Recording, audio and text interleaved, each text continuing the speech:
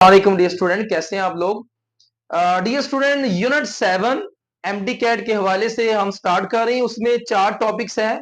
Number 1 classification of organic compound, second 1 classification of function group, third पे isomerism और overall हम पूरी organic की जो है वो ट्रिक्स के थ्रू नॉमेनक्लेचर जो है वो रिवाइज करेंगे। तो रिवीजन का जो फर्स्ट टॉपिक है वो है क्लासिफिकेशन ऑफ ऑर्गेनिक कंपाउंड। तो डियर स्टूडेंट, मेन दो ही टाइप्स हैं ऑर्गेनिक कंपाउंड्स की। एक को हम साइक्लिक कहते हैं और दूसरी को एसाइक्लिक कहते हैं। तो पहले हम साइक्लिक के हवाले से अगर बात करें तो साइक्लिक जो कंपाउंड्स है उसकी फर्दर दो टाइप्स है। साइक्लिक कंपाउंड्स की फर्दर दो टाइप्स है। एक को हम कहते हैं होमोसाइक्लिक और सेकंड वन हेट्रोसाइक्लिक। ये नाम से जार है, होमो मीन सेम, इसमें ring is composed of only carbon atom, और हेट्रोसाइक्लिक के अंदर ring is composed of carbon plus hetero atom. और हेट्रो एटम में सन याद रखना है, SON, sulphur, oxygen and nitrogen. अगर बेटा कोई कंपाउंड जो है वो 5 मेंबर रिंग है कंटेनिंग सल्फर, तो उसको आप थायोफीन भी कहते हैं और थाइयोल भी कहते हैं। यहाँ पे OLE 5 मेंबर रिंग के लिए है और थिया जो है वो सल्फर के लिए है। यहाँ ऑक्सीजन के लिए ऑक्सा है, नाइट्रोजन के लिए एजा है, एजोल बन जाएगा, ऑक्सोल बन जाएगा, थाइयोल बन जाएगा। तो नाइट्रोजन कंटेनिंग 5 मेंबर रिंग है एजोल, ऑक्सीजन 5 मेंबर रिंग है तो ऑक्सोल कहलाएगा, और सल्फर कंटेनिंग 5 मेंबर रिंग जो है उसको थायोफीन या थाइयोल कहते हैं। और लास्ट जो दो हेट्रोसाइक्लिक कंपाउंड है हमारे सिलेबस में वो है क्विनोलिन एंड पीरिडीन। तो ये 6 मेंबर रिंग है और इसमें अक्सर पूछा जाता है एमसीक्यूज में कि क्विनोलिन में नंबर ऑफ कार्बन एटम बताएं। रिंग रिंग के अंदर नंबर ऑफ कार्बन एटम, तो इसको काउंट करें 1 2 3 4 5 और ये 6 और ये 7 8 9 और ये हेट्रो एटम भी शामिल करेंगे तो इसमें नंबर ऑफ एटम कितने हैं, 10 है। अगर ओनली कार्बन का पूछा जाएगा तो फिर आप 9 बताएंगे। इसी तरह पीरिडीन के अंदर टोटल कितने हैं, 6 है, और अगर कार्बन कंटेनिंग पूछा जाए तो 5 बताएंगे। तो कार्बन कंटेनिंग 5 टोटल जो है वो 6 है।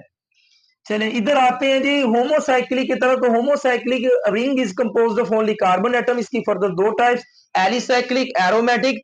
एलिसाइक्लिक को साइक्लोअल्केन भी कहते हैं, इनको आप नॉन बेंजीनोइड कहते हैं, जबकि दूसरी तरफ एरोमेटिक है जिनमें बेंजीन रिंग होता है, इनको आप बेंजीनोइड कहते हैं। तो अगर मैं बात करूं एलिसाइक्लिक के हवाले से तो इनका जनरल फार्मूला वही होता है जो अल्कीन का होता है, CnH2n। और इनकी नॉमेनक्लेचर बहुत इजी है। 3 मेंबर रिंग है तो साइक्लोप्रोपेन, 4 मेंबर रिंग है तो साइक्लोब्यूटेन, 5 मेंबर रिंग है साइक्लोपेंटेन आ जाएगा, 6 मेंबर रिंग है तो साइक्लोहेक्सेन आ जाएगा। इस तरह नॉन एरोमेटिक में साइक्लोहेक्सीन भी हो सकता है और साइक्लोहेक्साडाइईन भी। अगर मैं बेटा एरोमेटिक के हवाले से बात करूं जिनको बेंजीनोइड कहते हैं, तो उनमें एक बेंजीन रिंग भी हो सकता है मोनोसाइक्लिक एरोमेटिक कंपाउंड में, aniline, nitro, cyano, methoxy benzene वगैरह। और बेंजीन रिंग एक से ज्यादा भी हो सकते हैं। और फर्ज करें अगर बेंजीन रिंग दो है तो दो बेंजीन रिंग आइसोलेटेड फॉर्म में भी हो सकते हैं और फ्यूज फॉर्म में भी हो सकते हैं। आइसोलेटेड में दोनों बेंजीन रिंग डायरेक्टली अटैच जो है, यहाँ पे डायरेक्टली अटैच है तो वो यहाँ पे फ्यूज नहीं है, ऑर्थो पोजीशन पे वो कॉमन नहीं है, यानी ऑर्थो पोजीशन इनकी कॉमन नहीं है। तो दो बेंजीन रिंग जो है यहाँ पे ये आइसोलेटेड फॉर्म में वो डायरेक्टली अटैच भी हो सकते हैं और वो थ्रू मिथाइलिन यूनिट भी हो सकते हैं। तो थ्रू मिथाइलिन यूनिट में आप उसको डाईफिनाइल मीथेन कहते हैं, जबकि डायरेक्टली अटैच हो तो उसको बाई अराइल कहते हैं। यहाँ पे दोनों की ऑर्थो पोजीशन कॉमन है तो इसको आप फ्यूज रिंग कहते हैं। फ्यूज रिंग की एग्जांपल क्या हो सकती है, नेफ्थलीन, एंथ्रासीन और टेट्रासीन हो सकती है। जबकि आइसोलेटेड में बाई अराइल भी है, डाईफिनाइल भी है, इसके अलावा dibenzyl, dibenzyl benzene भी हो सकता है। बेंजीन की पैरा पोजीशन पे दो बेंजाइल है तो इसको पैरा डाई बेंजाइल बेंजीन भी कहते हैं, एक्सरसाइज में मौजूद है ये। इसी तरह ट्राईफिनाइल मीथेन हो सकता है।